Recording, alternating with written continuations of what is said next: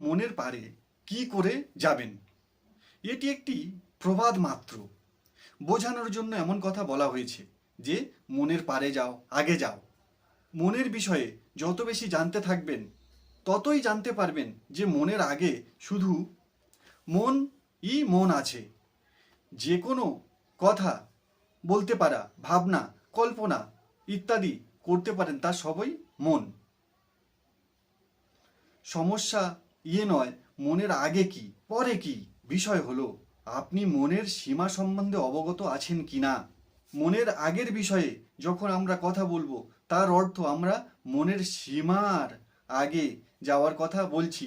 মনের সীমাকে অতিক্রম করার কোনো প্রয়োজন নেই।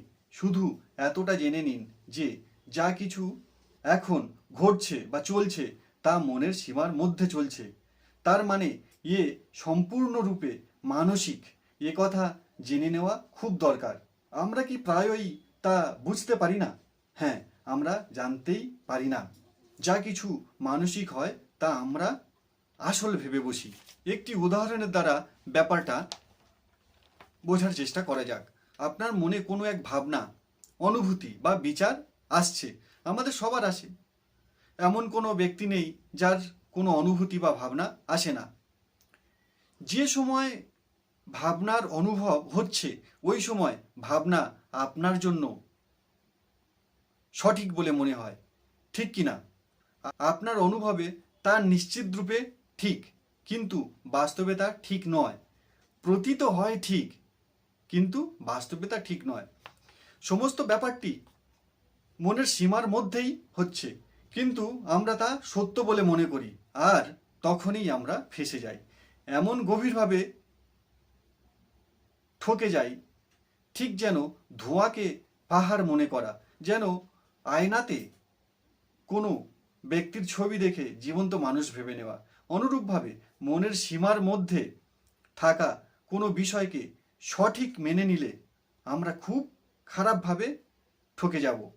প্রশ্ন হলো, তাহলে কি মনে করি? মিথ্যা মনে করি? না, মিথ্যা মনে করে নেওয়া খুব কঠিন। শুধু মানসিক প্রক্রিয়া বলে মনে করুন, আর কি মনে করবেন?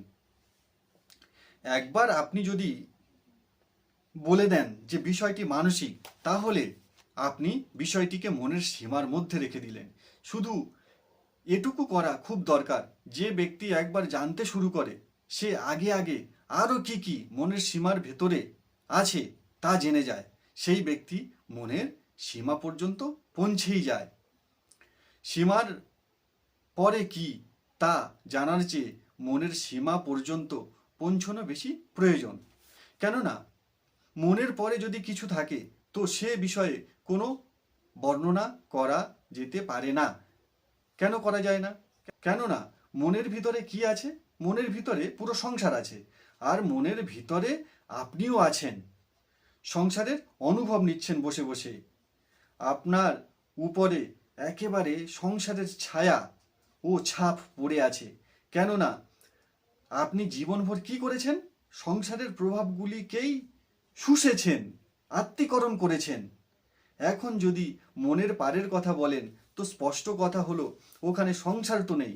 কেননা সংসার কোথায় আছে? মনের ভিতরে। সংসারও নেই আর আপনিও নেই, কেননা মনের মধ্যেই এই দুটি বিষয় ছিল, সংসার আর আপনি। মানে আপনি এও মনের ভিতরে ঘোরাফেরা করে, মনের বাইরে তো ম্যাও নেই, মানে আমিও নেই। আর যখন আমি নেই তো মনের বাইরে যদি কিছু থাকে তবে সে বিষয়ে প্রশ্ন কে করবে?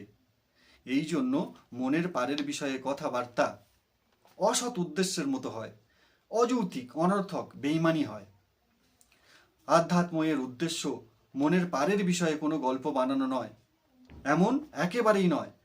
মনের পারে এমন প্রকাশ, এমন সুন্দর অনুভব, পরম আনন্দ, শান্তি আর শান্তি, এমন নাদ বাজে, এমন পরমার্থিক লাভ হয়।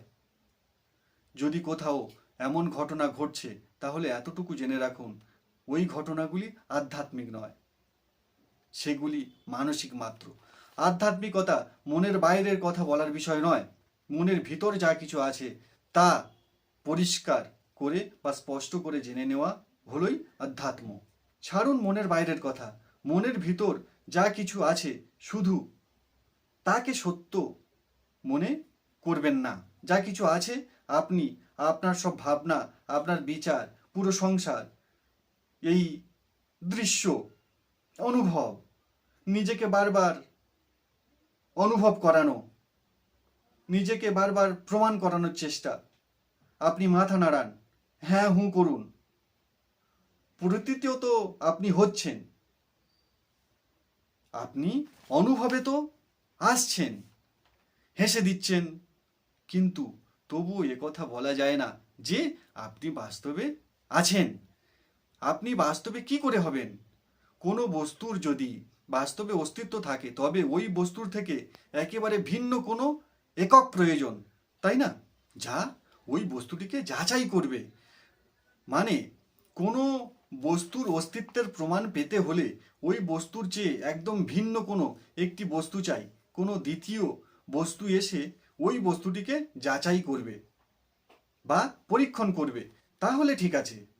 মনে করুন আপনি পড়াশোনা করছেন, তো আপনার সামনে একটি বই হবে, তাহলে আপনি দেখছেন বইটিকে, তাই আপনি বইটির হওয়াকে প্রমাণ করছেন। আর আপনার থেকে বইটি ভিন্ন, অর্থাৎ বইটি আছে মানে আপনিও আছেন, তাই না? না হলে বইটির প্রমাণ কে দিচ্ছে?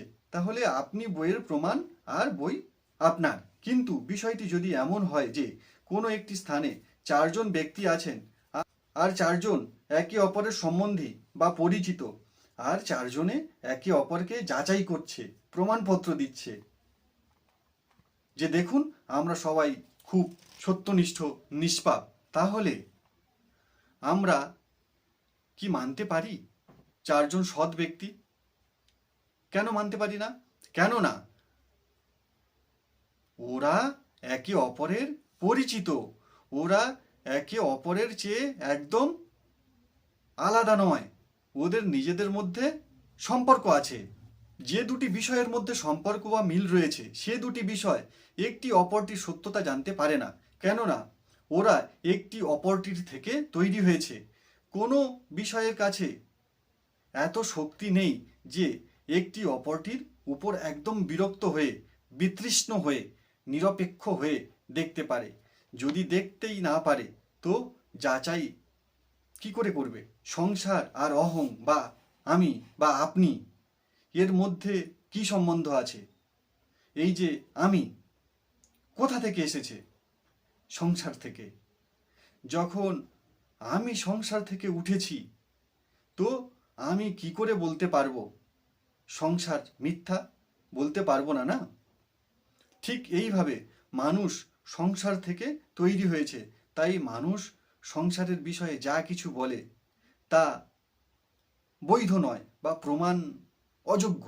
আমরা আমাদের সব পরিচয় কোথা থেকে নিয়েছি? এই সংসার থেকে, এই দুনিয়া থেকে। এই সকল সম্বন্ধ বা পরিচয়গুলি আমাদেরকে দুঃখ দেয়, যন্ত্রণা দেয়, যা কিছু দেয় তা তো আমরা সংসার থেকেই নিয়েছি, আর ওইগুলিকে আমরা নিজের অস্তিত্ব বলে মনে করে নিয়েছি। এই বিষয়ে আমাদেরকে সতর্ক থাকতে হবে যে আমরা এই দুনিয়াতে আছি, একে অপরের সঙ্গে কথাবার্তা, আলাপ আলোচনা, জিজ্ঞাসা করছি, অনুভব নিচ্ছি। আমরা তো দুনিয়াতে আছি, কিন্তু এই দুনিয়া কি জিনিস তা জানার জন্য আমাদের কাছে কোনো স্বতন্ত্র মাধ্যম নেই। আমাদের কাছে বিশ্বস্ত একদম সঠিক কোনো পদ্ধতি নেই যার দ্বারা আমরা দুনিয়ার সত্যতা জানতে পারি। কেননা আমরা তৈরি হয়েছি প্রকৃতি থেকে, তাই প্রকৃতির সত্যতা যাচাই করা খুব মুশকিল, প্রায় অসম্ভব। দুনিয়ার সত্যতা একমাত্র সে জানতে পারে যে এই প্রকৃতির থেকে তৈরি নয়। আপনার মধ্যে যদি এমন কিছু আছে যা প্রকৃতি থেকে তৈরি হয়নি, শুধু ওই মৌলিক একত্ব, ওই বিন্দু, ওই মাধ্যম সত্যতা জানতে পারে, অন্য কিছু নয়।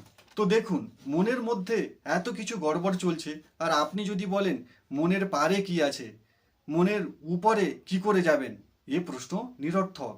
মনের মধ্যে যা চলছে, যা কিছু ভুল ভ্রান্তিগুলি যা আমাদের জন্য খুব বিপজ্জনক, সেগুলিকেই জানুন।